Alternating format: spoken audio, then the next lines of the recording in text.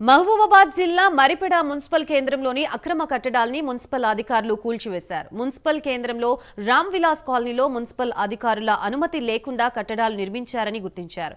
దీంతో పలుమార్లు నోటీసులు జారీ చేశామని అధికారులు చెప్పారు. అనుమతులు లేకుండా ఎలాంటి కట్టడాలు నిర్మించినా చర్యలు ఉంటాయని మున్సిపల్ అధికారులు హెచ్చరించారు. ఇప్పుడు కాదు నా ఇల్లు కట్టబడి చూసి నా ఇల్లు కట్టబడి లెక్క చూడండి.